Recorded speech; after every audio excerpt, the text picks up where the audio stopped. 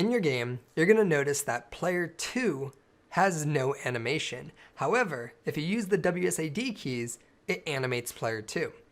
That's because player 2 doesn't have his own input for animation. If you look in the co-op scene, if we go into our scenes here, on the co-op mode, you'll notice that we have player 1 and player 2.